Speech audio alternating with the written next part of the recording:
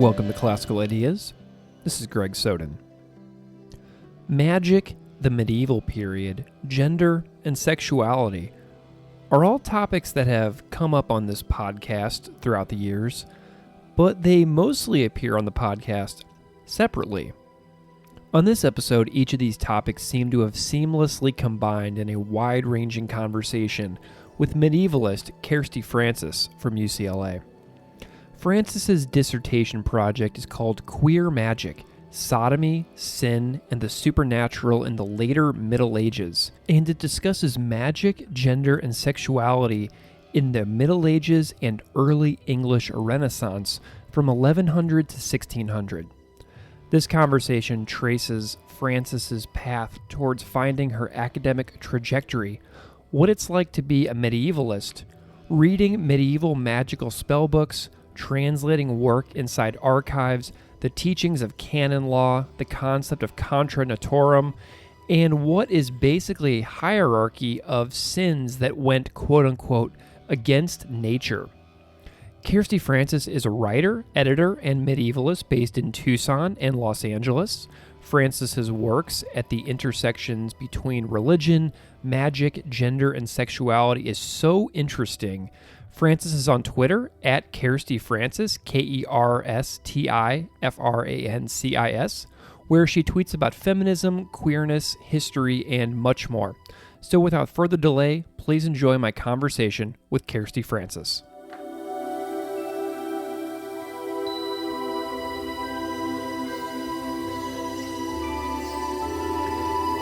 Kersti Francis, welcome to Classical Ideas. Thank you so much for having me. Well, this is to be here. This is such a delight. I'm so glad they're here, Kersti. I'm really excited to have you. And to start off, I always ask my guests to sort of introduce yourself however you see fit so the audience has a sense of who you are, what you do, stuff like that. Absolutely. So I'm Kersti. I'm a PhD candidate in English at UCLA, and I study gay medieval magic. And what that means basically is I look at the way that medieval people wrote, thought, talked about, and imagined magical practices from the realm of like real life, right? Like people actively trying to write magical handbooks to the literature of the Middle Ages. And I specifically focus on like the late Middle Ages. So looking at like stories about King Arthur or other medieval romances or allegories that use magic in some way. And then I compare this work on magic to medieval understandings of gender and sexuality. And to me, I see a very clear connection between the way that medieval people talked about magic and used magic and the way they experimented with what we would consider today non-normative performances or embodiments of gender and sexuality. So that's me. Awesome. Well, I want to trace that journey a little bit because I know that you're in English, the English department. Usually I focus on religion on this podcast, but you have so much religion woven throughout what you do. So I feel like you're sort of a pretty wide-ranging scholar here. So I know you're at UCLA for English and that you're hugely involved in medieval studies, history, religion, magic. And your toes seem to be in many different waters, and I'm curious about where those interests come from. Is there like a way that you can help me trace your academic path, like for when you started to get into this as a thinker and a scholar, and like what sent you down these paths with these several different areas that you seamlessly seem to work in? Oh, thank you. It honestly started in my undergrad. I went to this small women's college called Bryn Mawr out in Philadelphia. Oh, cool. And yeah, shout out to Bryn Mawr. And one semester I was double majoring there. I double majored in English and medieval Renaissance studies because I knew that I wanted to be interested in that funky literature in some way. I had taken some classes. And so one semester for that double major, I also was minoring in gender and sexuality studies. So I had to take a senior, like a upper level history class. And I took that at the same time I took a gender and sexuality sort of methodology seminar.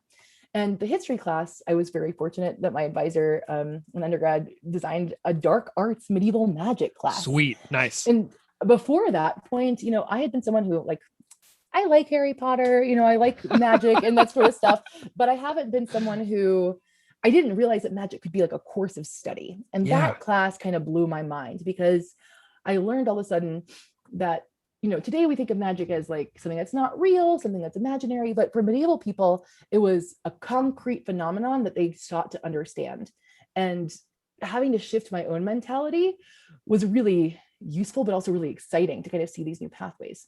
And since I was taking that at the same time as a gender and sexuality methodology class, I kept noticing the conversations we were having in the magic class and in the gen sex class were the same. They were all about nature Mm, and whether something is natural or unnatural. mm. And I am a queer scholar. I grew up kind of grappling with my sexuality and figuring out, that aspect of myself. And I also grew up in the rural South where Southern Baptist culture was very strong. And Hmm. so a lot of times that same discourse I knew in modernity, right? This question of like natural, unnatural sexuality had been something I was working through with religious concepts. And so as I did this work, I realized that there are these crazy parallels going on in the discourse that we used. And I was wondering if that was just a superficial connection or if there was something deeper. And so I started with a senior thesis in undergrad that kind of scratched the surface, and that became the proposal for what was my graduation or my graduate school applications, and what I'm now working on as my dissertation project is kind of seeing the resonances of those discourses and tracing them back to the basically what I've uncovered, the medieval church. That is where the connections are made most obviously between these two seemingly very disparate contexts and conversations. What made you want to focus on the medieval period Mhm. specifically? Like, tell me what draws you to this time Yeah. period. So I will say that I did not intend to be a medievalist, even though I double majored in medieval Renaissance studies. I intended to be a Renaissance person, and I just needed to fill classes with medieval spaces, right? I didn't have enough classes to do a Renaissance major. And yet so I started taking those classes and I met an amazing advisor who opened my eyes to the weird delight of medieval literature. And I hadn't gone to a high school where we read Chaucer. It was just text that I had never encountered before. Hmm. And so reading medieval literature and reading medieval writing in general, it kind of reminds me of looking at our own time through a funhouse mirror. It's, people are still people. They're still driven by the same anxieties, the same pressures, even though it's a world without, electricity, they still have a lot of concerns, spiritual and physical, that are going on. And I think what I really like about medieval literature is it when I read it, I feel like I'm transported back to that time and I recognize myself in that literature. And I say, oh, wow, this is literature that, like, yes, this may have been written 800 years ago, Hmm. but the concerns are still the same of today. And so getting that, dipping my toe in that way really made me want more. And the more that I kept reading and the more that I kept uncovering, I realized, wow, this is a field that has so much to offer. And I had taken Latin all through high school. So I was like, hooray, I can use this Yeah. skill that I already had, which was really helpful. Yeah. And so I think that's how I became an accidental medievalist, but now I wouldn't have it any other way. You know what's so funny about how you mentioned that the problems of then are still the problems of today? This is Mm-hmm. something that when I was an English teacher at the high school that I was at before my current job, and we Mm-hmm. would read something like Gilgamesh, and the students Mm-hmm. were like, "Oh, why are we reading this story, which is like document, be like one of the oldest stories ever discovered?" And I'm like, just wait till you read it because they're all afraid of dying. They're all afraid of pain and they're all Mm-hmm. afraid of emotional turmoil. That's what the whole thing is about. And guess what? Every single person that you know also has these same exact struggles. So connecting what seems to be ancient and far away in human history, we really haven't changed all that much, despite the fact that we have all these other items and objects and technology around us. We still struggle with the same sorts of emotional turmoils that we have for millennia. Absolutely. And I think that, like, that Gilgamesh example is it's such a great one, because part of what I love doing in medieval literature is I love kind of tracing the echoes of medieval literature into the present. So I work on not just medieval literature, but also medievalism, the way that we kind of reinterpret the Middle Ages or use it for our own modern ends. And in a story like Gilgamesh, you can see, traces of the flood myth. You can see kind of all these other stories that get picked up by other religions, other cultures, and how they continue to disperse. And that's Yeah. something I really love about medieval literature is, although compared to Gilgamesh, it's very recent, Yeah. you can still like see how these echoes or how these currents have become what they are today from this kind of origin point. I love it. Well, I'm glad to talk about magic too on the Mhm. show again because, I've had other scholars on here who focus on magic, Dr. Shaylee Patel, Dr. Jason Absolutely. Josephson Storm.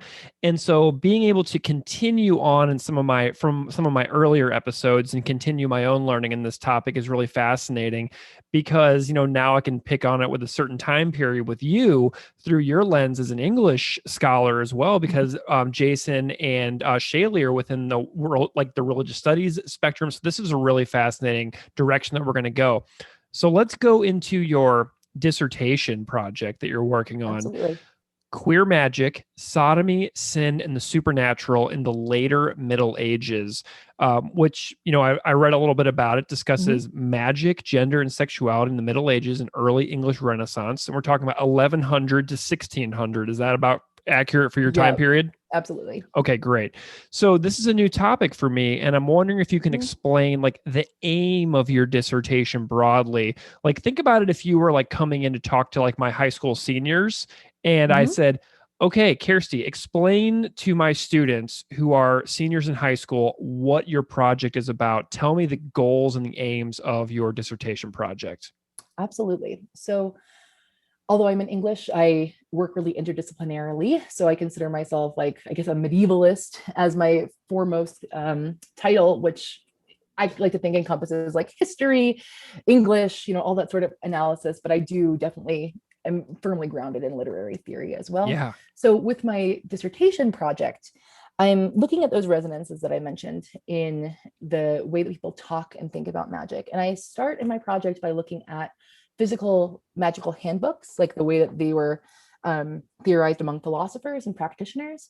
And I move to how that was transformed in imaginative spaces. So, in that I mean like allegory, medieval romance, kind of stories about Sir Gawain and the Green Knight, for instance.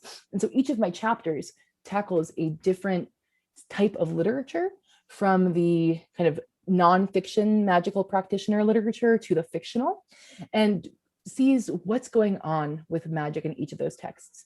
And of course, as you've had other magic scholars, you know that magic can be used for a bunch of different ends. Hmm. But what I am arguing in my dissertation, and the aim of my dissertation, is to show how one aim that magic was used for, especially by medieval writers and thinkers, was to experiment with and imagine forms of sexual acts, gender power structures, gendered relationships, and kind of different types of bodies that would not have been perhaps acceptable, accessible, or illicit in the mainstream world. So literature, of course, is a space of imagination and play, and magic enables specifically queer, what I call queer, um, imaginations or queer envisionings of these bodies, relationships, etc. And Mm. it's important to note that in the Middle Ages, like high school seniors need to know this too. When I talk about queer, I don't mean the same thing necessarily that I mean today.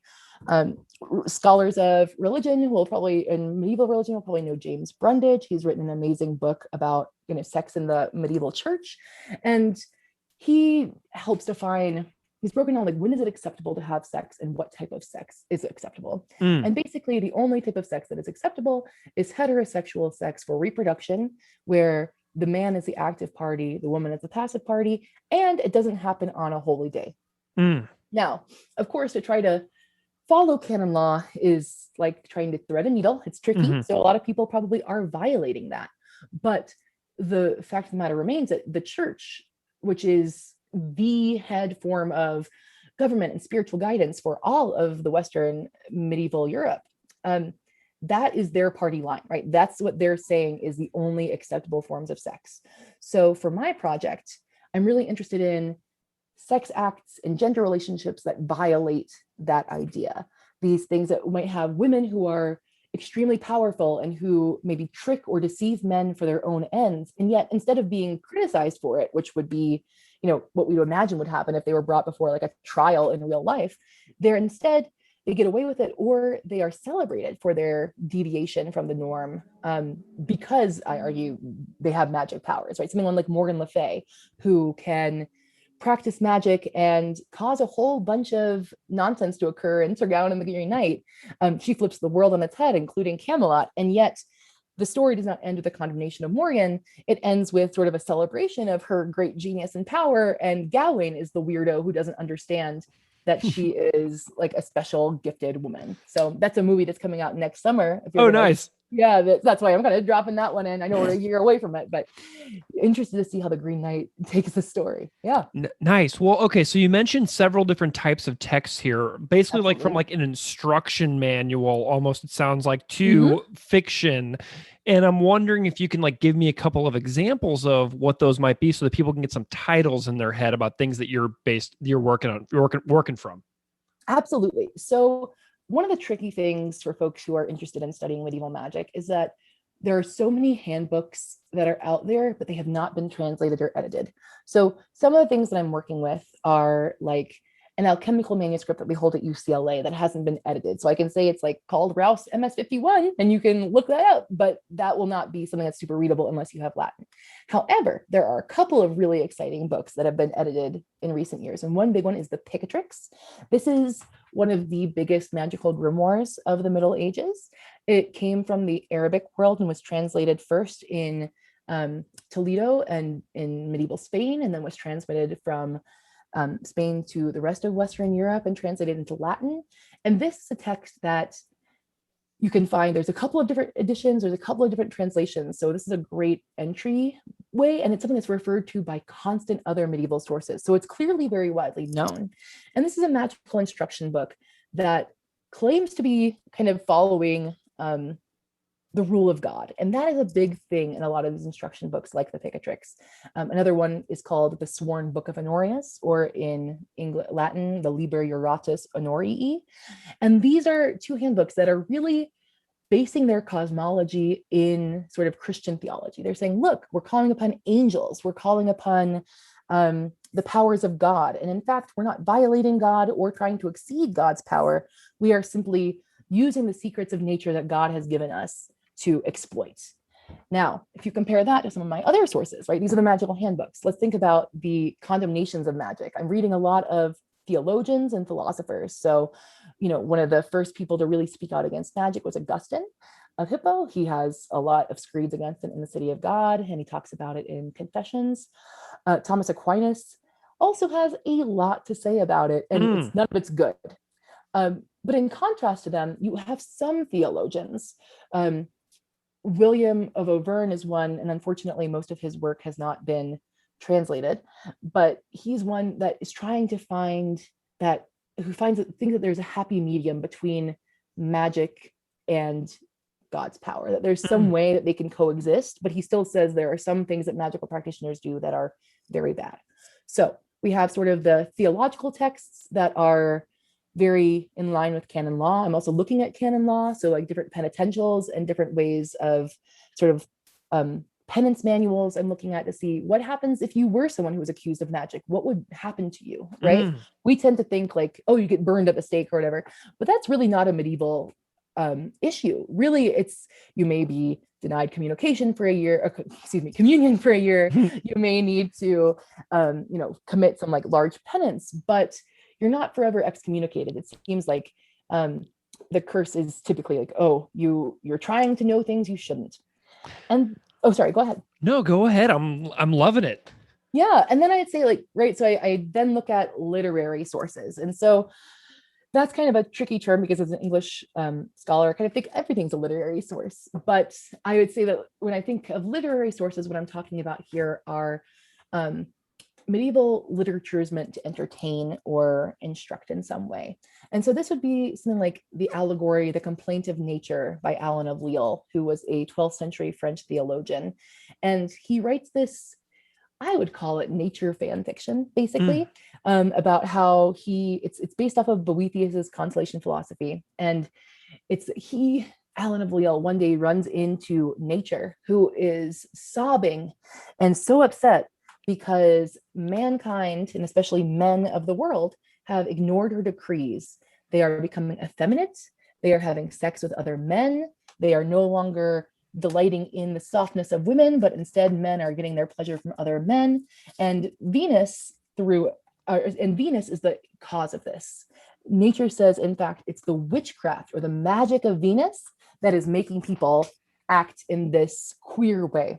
So that, of course, I read that text and I was like, lightning went off, right? I was like, why is it that it's the magic of Venus? You know, Venus could do any sort of thing, right? It could just be her natural desirability. Why is it that her magic arts, as it makes very clear, are what is capable of sexualizing or queering men from their natural heterosexual desire? Oh my goodness. Well, you keep mentioning something that's really interesting to me as well about like the lack of translated works. Like, are Yes. you having to do a lot of personal translating yourself Yes. in order to work with these texts? Absolutely. And so that's part of what is taking the dissertation so long, I would say, is that I'm translating a lot of texts out of, at UCLA, I've been fortunate to learn Old French. So I've been working in some Old French texts. I work in Middle English, I work in Latin, and I'm hoping to work, I've taken some classes in Old Norse, and I'm hoping to have some parts of the dissertation, depending on fellowship applications,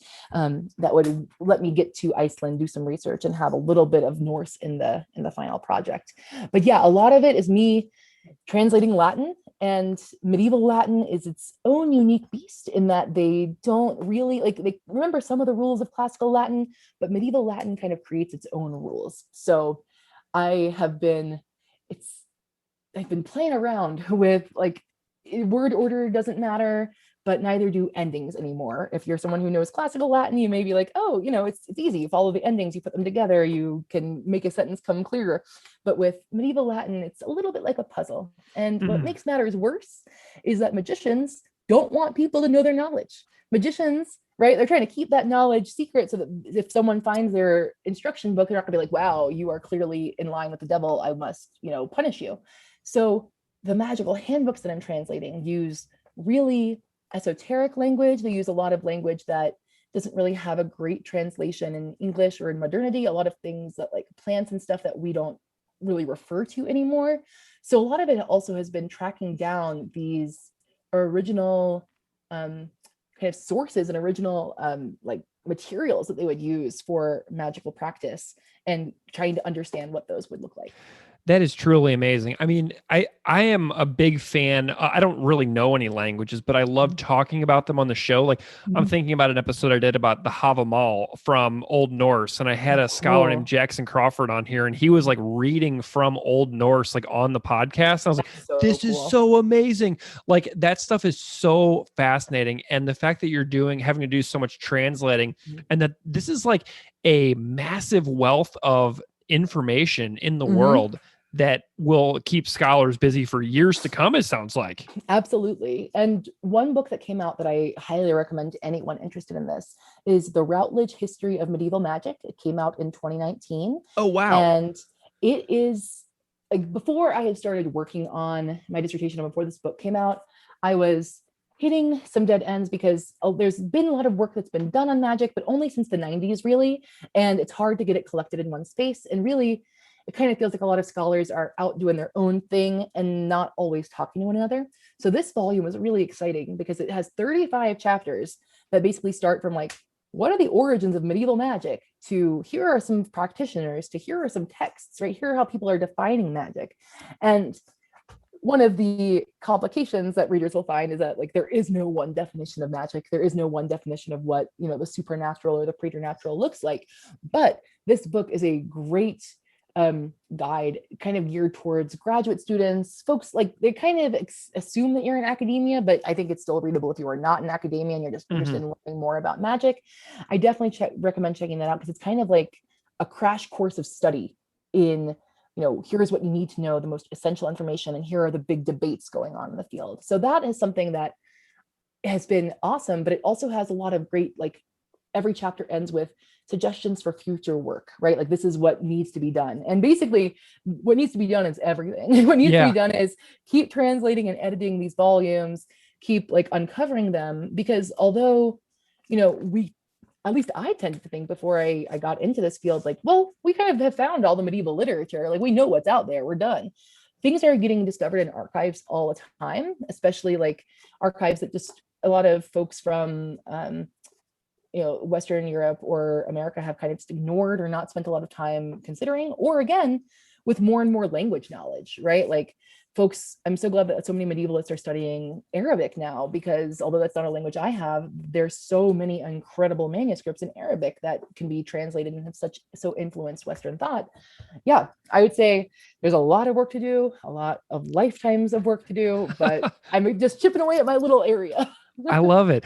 Okay, so I was watching a talk that you gave at a conference, and a term seems to guide a lot of what you do, and that term is contra naturam. Did I say that correctly? Contra naturam, but close enough. Naturam. Absolutely. Excellent. Yeah. Okay, I want to know about this term, what it means, and how it fits within your work, because we have these keywords in the subtitle of your dissertation: sodomy, sin, and the supernatural, which seems to tie very closely into contra naturam. So I'm wondering if you can weave this thread for me and tie all this together.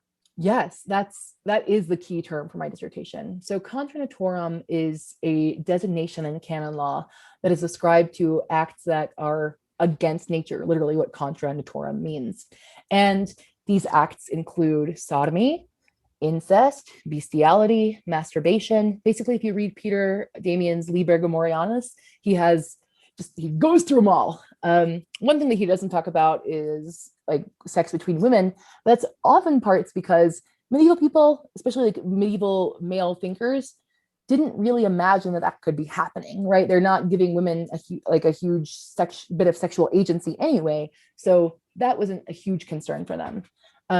But these sins against nature are really fascinating. And as I've been doing my research, I've discovered, and that's part of what gets me so excited about this connection that I'm seeing between magic and gender, that magic was also considered contra naturam.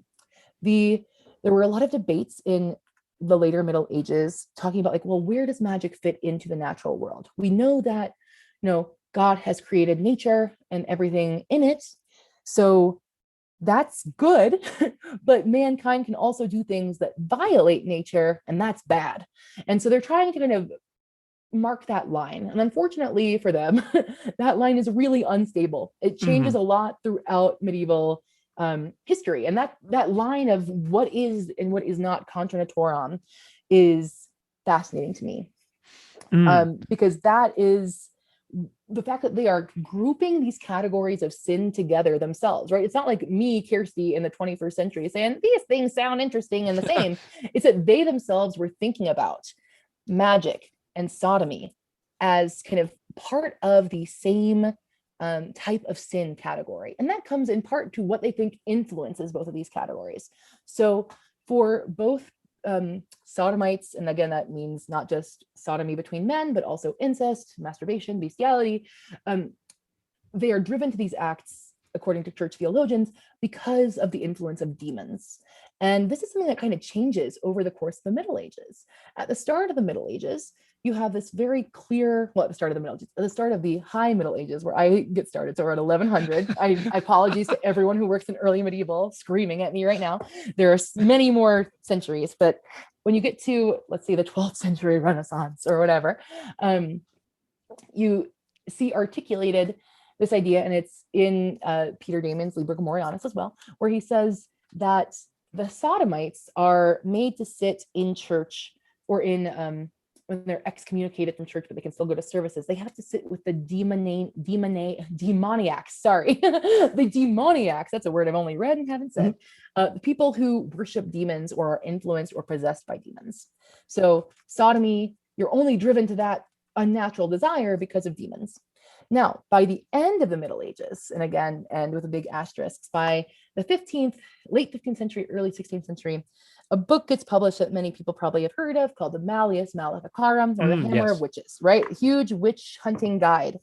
And that is not just a witch hunting guide, but it's also a lot of philosophy on how magic functions and why. And in that text, you see a major transformation from 1100 and from the Liber Gomorianus. The authors of the Malleus Maleficarum say sodomy is so unnatural that demons would not have anything to do with it. That demons are so horrified by that act that they would have no part in it. So this kind of transformation happens, yet there's still the connotation that demons and unnatural sex kind of go hand in hand. And at the same time, in the Malleus and in earlier guides and condemnations of magic, you see magic being termed, again, sins against nature and associated with demonic influence. I mentioned the Picatrix a little bit earlier, and I mentioned how there's a lot of like invocations to angels in that text. Well, canon lawyers or folk canonists would have said, those aren't angels, those are demons, and you're calling upon the forces of evil. So part of what is tricky about understanding is that while there is a lot of stuff in the Middle Ages or a lot of things from the medieval period that resonate with us today, you kind of have to reconsider how the natural world is viewed and how it's viewed in hierarchy, in a religious hierarchy, right? Like you have this idea of free will among men, but yet God is still in control and has ordained everything.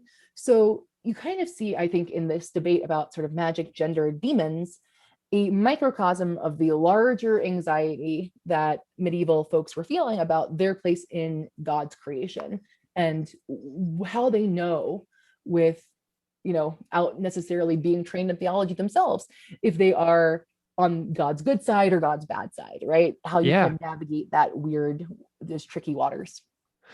Is there like a hierarchy, like a ranking of most bad to least bad in like a medieval category of sinning? Is there like a ranking almost? Yeah, so it depends on the sin, but there absolutely is. And you can tell how things rank by looking at the punishments for them. Okay. Because the most severe punishments in penitentials, of course, that means like you've done something really bad. While if it's more like, okay, go and, no communion for a month and then come back and think about it, right? Like you're like, okay, it was a sin, but it's not like I'm going to hell forever. And so I know I keep talking about the Book of Gomorrah, the Liber Gomorrhanis. That's because it's such a fascinating text, Peter Damian. It has been translated. So if folks want to read this very homophobic text, highly recommend. It's fascinating. And he goes through and says, I'm going to break down all the forms of sodomy from the worst to the least bad. And in his view, bestiality is, well, let's go from worst to best, I guess. The worst is sodomy between two men, because like penetration, because that you've crossed a boundary that nature never meant for you to cross. And it's worse to be the person being penetrated than the person who's doing the penetration. Because if you are the active participant and you are a man, at least you are acting in the way that you are supposed to. Well, if you are the passive participant and you are a man, you are betraying your active sex, as what Alan Avil calls it. You're acting like a woman, which is an additional bad thing, not just, breaking these sex laws, but doing so effeminately. Then the next worst would be like mutual masturbation between folks. Sorry that I'm getting a little graphic. Then the next worst would be, and this is where it kind of gets weird because I don't understand quite his logic here, but he's like, okay, then what's bad is masturbation and spilling of seed that is not for procreation. Then he says what's bad is bestiality, but it's not as bad. It's not as bad because animals aren't super smart. And so it's kind of like you're using a sex toy, if you will, that the animal, because it is not conscious in the way that humans are conscious, it is still a sin because you're violating that animal's purpose, but also mankind was supposed to have dominion over all the animals. So it's not as bad. And then the one that is weirdest to me is that incest, as long as it's heterosexual incest, is the least bad of all of the bad sins, because although it violates the blood ties and kinship laws, at least you are still acting a man and a woman, right? Like at least there's still the active male and the passive woman participant. So yes, in my mind, I'm like, well, that's a huge violation. There's issues of consent, right? Like we talk about now in our modern parlance of like, well, maybe it would go the opposite way because like, you have sodomy is between two consenting adults, while as you go in Peter Damian's like less and less bad sin pathway, more and more you're violating others. But it's really about if you are like how much you are violating that kind of canon law idea of the only proper way to have sex is this one way. That like everything you just said, that list of hierarchy, all it does is it makes me sad because I think about the centuries and centuries of oppression and, like violence within, like domestic violence and like Hmm. parental violence and like violence against people who are outside the non heteronormative like stand like old like views of what was supposed to be standard. And all I see is like centuries and centuries of pain caused against humans who aren't doing what canon law says they're supposed to do. Like it just feels like a manual for oppression. Yeah, and that is what is so hard. Because honestly, like the best way to live in the Middle Ages, if you really wanted to be godly, would be to be chaste. Chastity can kind of be considered its own form of sexuality, I would say. Like, because the idea is that, like, if you are chaste, then you live like Jesus, who never had sex, right? And like angels who never had sex. You are pre-original sin. And yet that is a very high expectation to place on a society where you're also telling them to be fruitful and multiply, right? Mm-hmm. So these kind of contradicting messages, I think that like canon law was created in part as a way to kind of help make everyday life easier, in that, like, okay, this is what's okay, this is what isn't okay. But Right. unfortunately, exactly as you say, the rules became so stringent and so labyrinthine, really, that there's no way to not sin in sometimes, right? Like, if almost every day is some sort of feast day for a saint, when do you get to like be fruitful and multiply when it's not violating God's will? Mm. So absolutely. And that is a real interest to me, because even in the Trump administration, thinking a couple of years ago, he was, which is nice to say now, sorry, but was talking about, bringing in natural law to govern um, kind of the political arena. He was saying we need to go back to natural law. And whenever I see natural law, that to me is a big, like, my dissertation, but also a big red flag. Because as my dissertation is kind of demonstrating to me, natural law is a concept that, although as my advisor put it, like, we can't go through walls, right? There are clearly laws of nature that, bound us. A lot of times natural law is in fact law that humans have created and have said is natural, because it fits, whatever their personal worldview is at the time. And what these texts are showing, especially by looking at like the different ways that people are grappling with what is natural and what's unnatural, it shows that this idea of natural law is unstable and is in many ways socially constructed. A lot of what we, right, like the hierarchy of sin, nowhere in the Bible do you like you sit down and you read and you say, okay, incest less bad than this, One, right? two, three. Exactly. But like the idea that, incest is more natural than sodomy, that is absolutely coming from, church theologians and influential writers and thinkers kind of codifying natural law in their own contexts. Yeah. Oh my gosh. Okay. So what I want to know now is, so we have these sins Mm-hmm. that you've been discussing, sin, magic, non-procreative sex, etc. Who is policing this? How is this being policed, and how are people being punished? In some of Mm-hmm. the variety of punishments that were most likely meted out.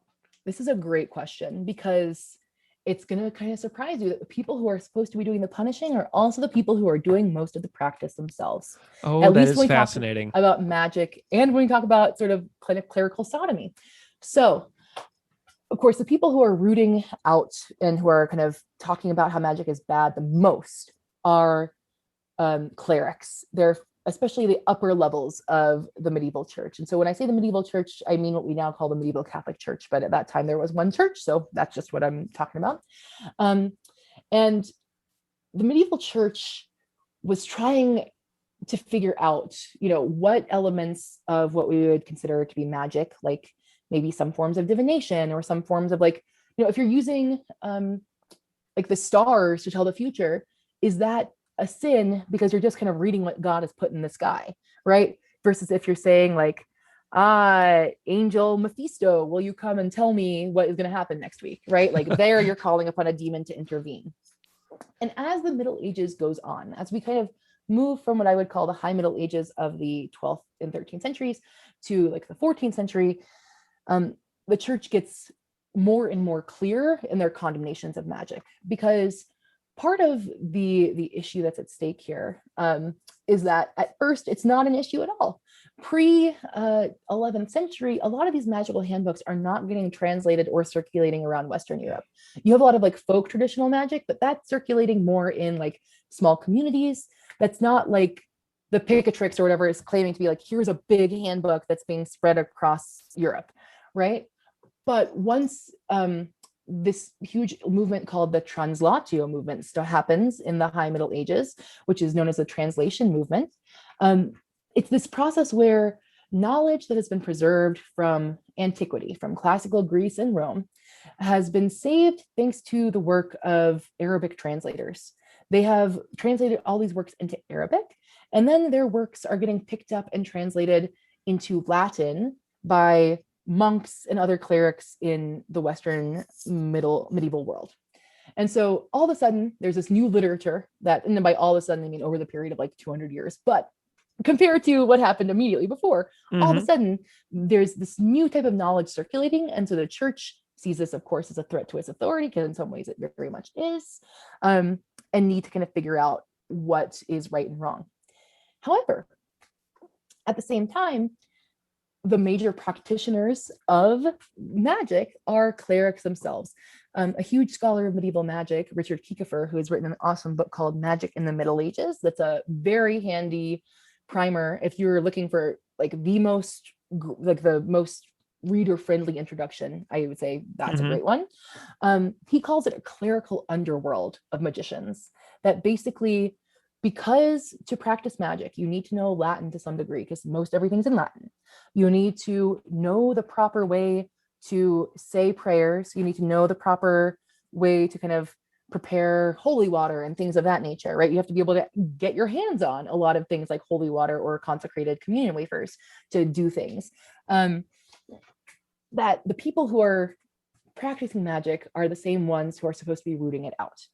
And this is, of course, a major problem. You see, that is what the Book of Gomorrah is written about, is the problem that clerics are supposed to be the ones who are policing sodomy, and yet they're the ones who are engaging in it. And so this is sort of a call to arms by Peter Damian to the medieval church. He's sending it to the Pope to say, like, look, we are the problem that we are supposed to be fixing. We need to do something. And the same thing happens, but not to the same stringent effect in regards to magic. Because while magic is very dangerous because it challenges God's authority and thus like makes, you know, if God's authority can be challenged and yet God is in charge of everything, what does that really say about society, right? It really is pushing at the building blocks of medieval understanding. It's challenging those building blocks. And yet at the same time, it is very useful. Like, kings have magicians. The Picatrix, that magical handbook I've talked about, was translated at the court of King Alphonse. Like, he ordered the translation because he wanted to know more about this magical stuff. Frederick II of Sicily always had magicians, and his court was a big place for astrological work, for divination, to circulate. So while you have, again, like, if I went to confession, right, to my local priest, and I said, hey, I have been reading this cool book called The Picatrix, and I decided to try some spells, you know, he would say, bad, you know, like, you got to, your penance could range from, kind of the examples I was giving earlier, your penance could range from, okay, you have to sit with the demon worshippers in church or like in the churchyard, and you have to kind of contemplate and fast for several months before you can be welcomed back in the fold, to the extreme of excommunication, to the extreme of being burned at the stake, because there were still magicians that reached that fate, though that wasn't really until the 15th century. You know, that's kind of how it would happen, right? But then again, I could just go to confession and not tell the priest that I have created this magic potion or whatever, and what can he do? Some of the issue really comes up when, for example, oh my goodness. So I mentioned William of Auvergne, who was Bishop of Paris in the 13th century, and he wrote on the universe, which is it's a really helpful text, but again, hasn't really been translated. After his death, because they found books that weren't just like theology books, but they found books that were like somewhat magical instruction book-esque, a huge myth got kind of passed around, a legend got passed around that he was himself a magician. And that happens to a lot of the big medieval writers and thinkers, like Roger Bacon, who Scott, like listeners may know as a huge kind of medieval theologian, philosopher. He was a Franciscan monk. He was also accused after he died of being a magician, of being an alchemist, of being someone who pushes the boundaries of nature, even as his own work is trying to reconcile God's authority and the natural world. So, yeah, it's a sort of double-edged sword where the policemen are supposed to be the clerics, and yet they themselves are continually associated with magic because of their own interests. You know who a figure that I'm really curious about. You've mentioned some other people, like a lot of names have come up, but I was watching your talk, one of your talks that you sent me, and the Apostle Paul comes up. And you also mentioned the early church just a few minutes ago. And I really want to know about how Paul ties in with the work that you do, because I get the impression that this is important stuff too that people should know. Oh, absolutely. And so Paul has a lot to say about the role of kind of marriage, right? Paul talks a lot about that in his letters. He also talks about the boundaries of kind of sodomy and, appropriate sex. And this is something, I mean, Paul is where the church draws a lot of their authority from on these issues. And it's something that like folks today draw their authority from on these issues. When I am engaged to a great woman, and she's from a very, religious family. And so when I was talking to her parents, they're like, well, how can you both be Christian, because that's how I identify, and also be a lesbian, right? Like, how do you find that okay? And I was talking about, well, Christ doesn't say anything in the scripture about sodomy, it's Paul, right? And even in 2021, they were like, well, that's the word, like Paul has said this, we need to follow Paul. So Paul's theorizations and talking about sodomy really lays the foundation for later church thinkers. He's picked up by Jerome, another church father who really kind of takes his works. John Chrysostom takes them to like the extreme. Basically, these early church fathers are the ones who are really hammering out these ideas of, okay, if it's better to be married than to burn, as Paul says, right? If like that is better, it's better to be married than to burn. That means it's better to get married and have acceptable church sanctioned sex than it is to sin outside of wedlock. That's when, Jerome and John Chrysostom say, well, wait, doesn't that mean that it's no matter what, it's better to be chaste? So a minute ago, when I mentioned that chastity could be kind of seen as a sexuality in the Middle Ages, that's coming out of this idea, right? This idea that the purest way to be, thanks to what's kind of hinted at in Paul, and then what is uncovered through exegesis by later church fathers, becomes very much this hard and fast rule of like, this is actually what natural law is. And it comes back again to this issue I mentioned earlier on, where, you're making these claims about acts being in line with kind of innate laws of nature. And yet this whole progression from Paul through Jerome, through John Chrysostom and Aquinas to Augustine, through Augustine to Aquinas, pardon me. You can see how these ideas are not set in stone, how each church father is kind of picking up where the last one left off and furthering through their analysis the limits of what must be acceptable and what isn't acceptable. But it really does. It all goes back to those gospels, to the story of the witch of Endor. That's what a lot of people draw upon in the Middle Ages, is like, well, this is why witches are bad. The condemnations in Deuteronomy against magicians, that's a huge place that people go to, because at the end of the day, right, like if you have the religious text for the medieval church that clearly outlines these things as wrong, theologians that's their clear backup, right? That's their proof.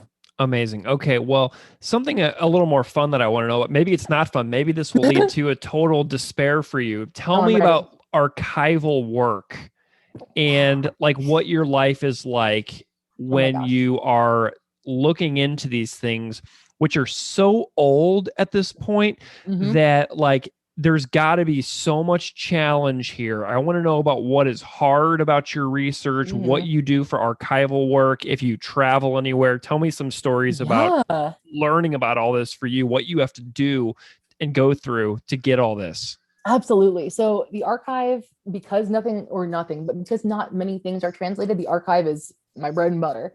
It's where I've got to go for most of my project to get more evidence. So a lot of times, I think people have this great idea of archival research. Like you go, you know what books you want to see, you pull them out, and then if they have this stuff, cool. If they don't, you move on. But really, especially with a lot of these texts, you have no idea what books you need to see because they haven't been categorized, they haven't really been analyzed. No one's made a table of contents. It's like this manuscript has XYZ. So, for example, um, I've done a fair bit of international travel to do this research. I spent one semester a couple of years ago where I lived for a month in Paris and worked at the Bibliothèque Nationale de France. And then I lived for 2 months in London, and I worked at the Wellcome Institute Library. I worked at the Bodleian at Oxford. I went to different archives in Cambridge, and I worked at the British Library. And you know, these libraries, first of all, to even get in, you have to go through a screening process where I had to bring a letter from a faculty member who said, Kersti has been trained in paleography, which is the study of handwriting, and in codicology, the study of manuscripts, which is true. I had taken intensive classes in graduate school so I could accurately work with these manuscripts. So, I vouched for her, let her in. I then had to prove, right, my American residency. You have to bring a lot of paperwork in. First day when you go to the archive, it's just paperwork. Then, you go and you say, okay, this manuscript, like one story from like this manuscript maybe has been talked about, and this story has to do with magic. Let me pull that whole manuscript and see if there's anything else in there that deals with magic. Or, for instance, at the Bodleian, they have a collection known as the Ashmole collection from Elias Ashmole, who was a book collector of the occult and of alchemy. And so when he died, he gave his whole library to the Bodleian at Oxford. And although all of his works have not been, thoroughly categorized, I knew that, okay, I would look at, Ashmole manuscripts 30 through 50 because they're in the genre that I'm interested in, and maybe something is useful. Now, sometimes this can be really exciting. I did an archival trip over the summer a year before I did this big fall trip. And on that trip, I found this really cool alchemical allegory poem that has to do, it basically is kind of it takes up the Complaint of Nature that Alan of Lille wrote. And 400 years later, it writes it from the point of view of an alchemist and of nature's response to the alchemist. So it's like a dialogue between nature and the alchemist about how they're using natural law, right? And that's fascinating. That's going to be in my final chapter. That's going to be an amazing bookend. And the only way I found that was by going page by page through manuscripts and looking at titles and trying to see if there's anything of interest. But a lot of times folks' handwriting is horrible and you can only make out one out of every 10 words. So it's a lot of puzzle work. So sometimes it can be really exciting, right? Like that's one really exciting example. Another thing that's been pretty exciting is at UCLA, I mentioned that manuscript Rouse MS-51. In my first year in that paleography class, that class that taught me how to work with manuscripts, we were told to find a manuscript on campus and to, edit it, which was a big task. It was really stressful. Mm-hmm. But I found an alchemical instruction book at UCLA that was in Latin. And I was like, oh my gosh, I know Latin. Let me translate this. And that really opened a lot of doors to realize like that the archive is so exciting. However, the archive can also be soul crushing. Mm-hmm. So I mentioned how I spent that really long fall trip in Europe. I mean, that took me like 4 months of archival research, and I came out with very little of use. A lot of things I wasn't able to see because I wanted to check manuscript. I wanted to check the words of certain manuscripts, like Cotton Nero A10, the famous manuscript that holds Sir Gawain and the Green Knight. But that's on display in the British Library's treasure vault, and they are not going to just let Kersti Francis take a look at that. One romance I work on is from the 12th century, and so I was at the Bibliothèque Nationale, and I tried for 3 weeks to see just one manuscript, and unfortunately it was too old. They said it is in such bad condition, and it's been checked out more than once a year already, that it has deteriorated to the point that, we need to keep preserving it. So I wasn't able to see that. Basically, I spent, a good 4 months trying to translate and research, and I left kind of with hardly any. I mean, it's kind of disappointing to say that like I left that trip with less than it wasn't less than I had even going in, because I was Right. going in with the hope that I was going to find XYZ, and there just wasn't there. And so that issue is not so much that like there isn't the data there. The issue is that the archives are in many ways very impenetrable because they haven't been categorized. That like I could be in there for another 2 years and maybe then I would find exactly what I'm looking for, but I have to be the one to sift through all the sand myself. Mm-hmm. So that's Oh been, my goodness. yeah, it's exciting, right? It can be really fun when you're that person who's like finding something brand new and you're like, oh my gosh, check this out. Like this is gonna blow my whole thing wide open. But after that last trip, I was like, okay, I I had to kind of face facts and be like, well, what I hoped would be this like really exciting research trip, instead of coming back with kind of my hat in my hand saying, well, it confirmed my suspicions, but I didn't learn anything new, you know? And so that's kind of the luck of the draw sometimes. My goodness. Okay, well, I know, yeah, that was something that was really interesting to me because like think about how long it takes just to read these things. Mm-hmm. I mean, I'm a slow reader.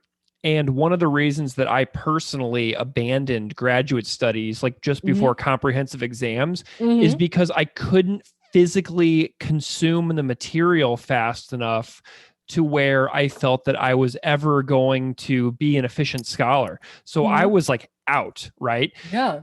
And it was just something that I did just for myself because I knew that like okay, this is a serious limitation that I have as far Mm-hmm. as like attention span, reading speed, comprehension, and I just don't have the ability to have the endurance on that. So that's why I do projects like this, because I'm super curious about things like this, but Mm-hmm. I just don't have the personal intensity or ability Mm-hmm. to do what you've done. So to like go into a multi-week research trip and come out having nothing, I mean Mm-hmm. it's got to be so difficult, but it's also so amazing because of the perseverance that it takes to continue Thank going you. back. And like, you got to like love this. Do you know what I mean? Like, you have to love it. Absolutely. I mean, I was recently diagnosed while I was in grad school with ADHD, which I kind of discovered. I mean, looking back now, I'm like, oh, obviously, but like it really hit me after I passed those comprehensive exams and I was at the dissertation point, and all of a sudden I was the one motivating myself. And I realized that ADHD has been both my curse and my superpower, in that it gives me that hyper focus, right? Like because I'm interested in magic and gender, I'm like, when it's related to my research, I can buckle in and like hone in. But if it is, I apologize to folks on this podcast who really love saints' lives or hagiographies.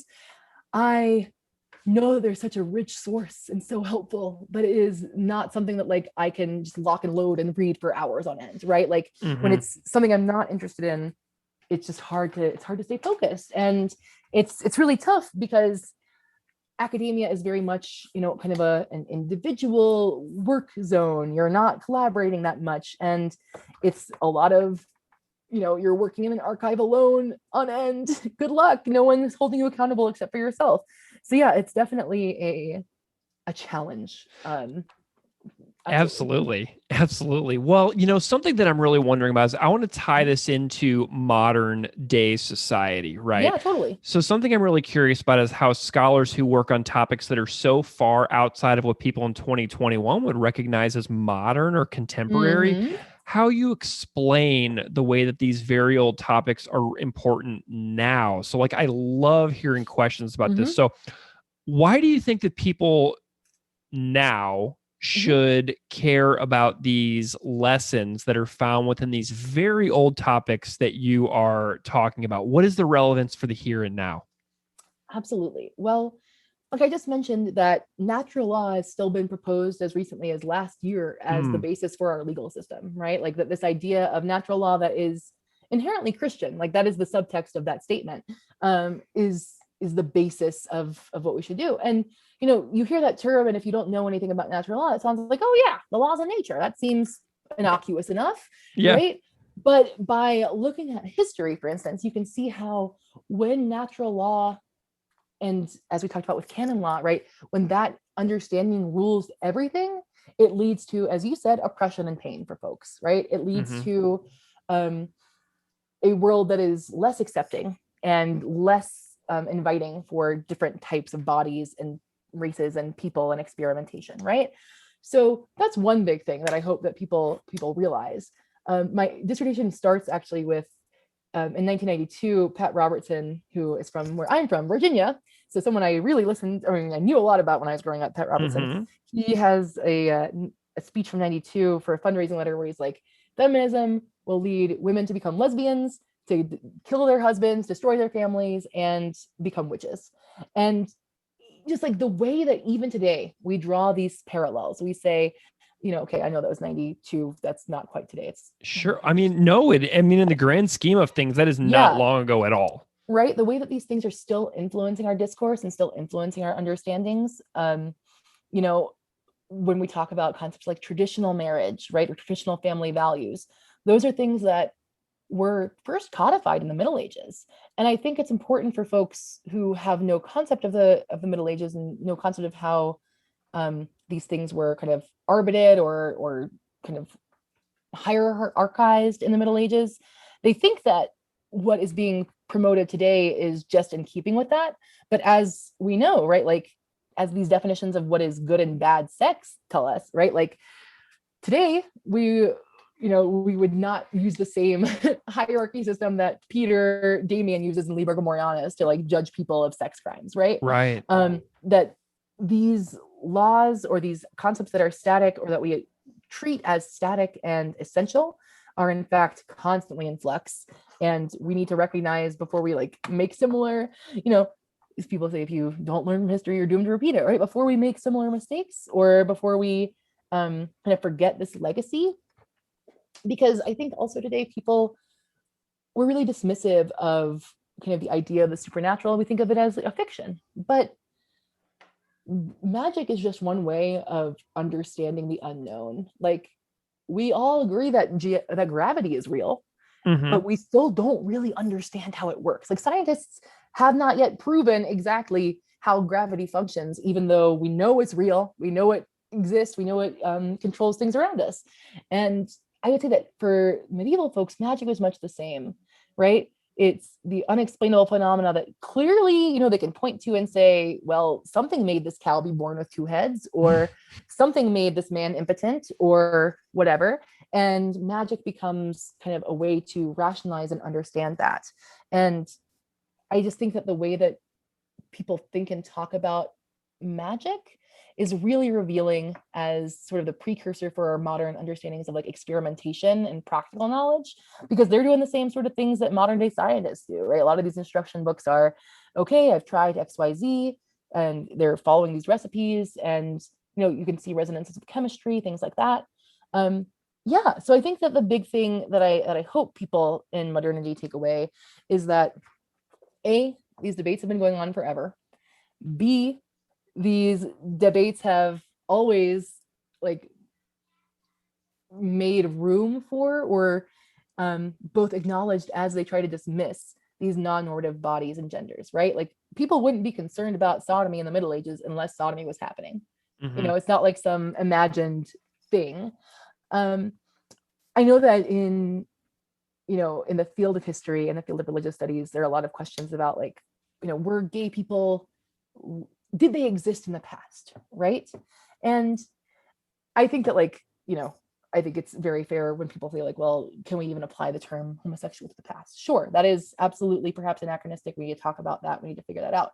But there is clear evidence in my work that like people were engaging in same-sex relations, whether they consider themselves gay or not.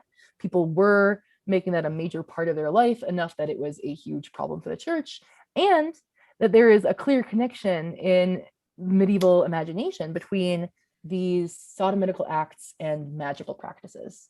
And that's what, I hope that folks realize, is that these things are not disparate ideas, but in fact, they're an intertwined legacy that continues to shape our modernity. You need to write all of these things in the Atlantic and like the New York Times Magazine. This is exciting. But I know that you have other things that you've worked on too, other projects. Like I know you've worked with the Andrew W. Mellon Foundation, the National Science Foundation, Los Angeles Review of Books.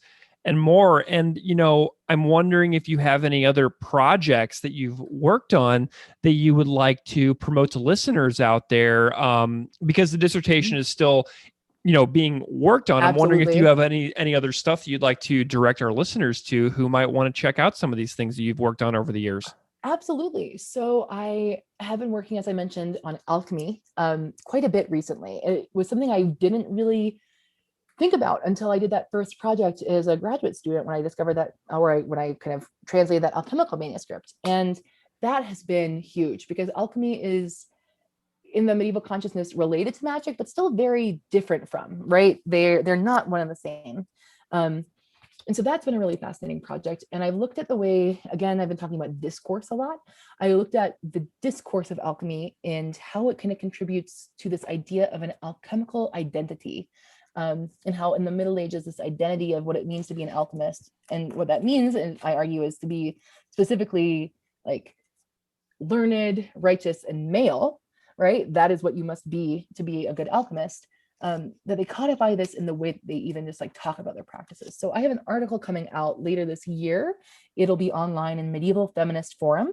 And that article details, what is going on in kind of the discourse of alchemy and these questions of sort of male power structures. Another thing that I'm working on that I'm pretty excited about is coming out this year. I mentioned earlier that I work on medievalism, the way that we in modernity pick up on the Middle Ages. And going back to the archive, I have a piece coming out. It's called, the piece is called Fetishizing the Past, but it's in a collection called Painful Pleasures, Sadomasochism in the Middle Ages, that's coming out from the University of Manchester Press this year, edited by Chris Vaccaro. And I'm arguing in there that the Middle Ages functions in modern BDSM subculture as kind of this idea of the origin of BDSM.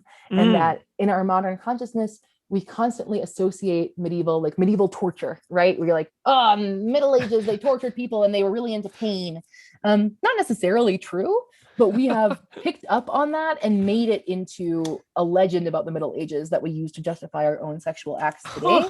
So that's like something that's really cool. And for that work, I actually got to discover there's this huge archive of what is basically porn at UCLA that someone donated in the 70s that has never been touched. And I was going through these documents and like, it's just constant, right?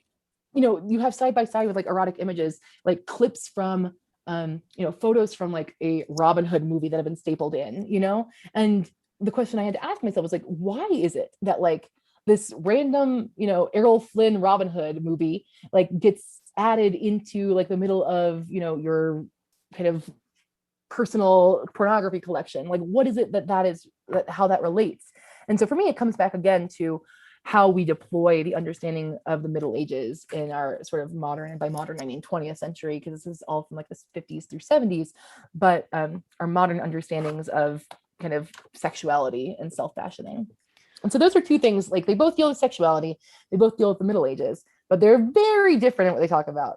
One is dealing with alchemy, the other one's dealing with BDSM and looking at texts like Chaucer's Troilus and Crusade to say, like, we have always, not just in modernity, but even in the past, we have used the tension between past and present to justify kind of what happens in modernity. Whether that modernity is when we're, Chaucer in 1400, in our modern time, we say, yeah, it's fine for us to condemn Crusade, for being a hussy or whatever. And in 21st century time to say like, oh, well, we're participating in a sexual legacy that goes back to the early Middle Ages, right? Whatever these concepts are, they're pretty fun. Amazing. Well, Kersti, I'm so delighted with this conversation. Like the amount of ground that we've been able to cover in an hour Thank is you. really astounding to me. And I'm wondering if, like, I'd imagine some people want to follow you. Can you Oh, say thank where you. people can find you, if they'd like Yeah. to follow your work, your commentary? Like, what are some places that you would direct people to if they want to get in touch or follow your work? Amazing. Well, I always am looking for new folks on Twitter to hang out with. So you Mm-hmm. can find me on Twitter at Kersti, Kersti, Francis, Francis, all one word. You can also go to kerstifrancis.com and see links to kind of the writing that I've been doing. You can also find my academia.edu page. If you just Google Kersti Francis UCLA, it should come right up.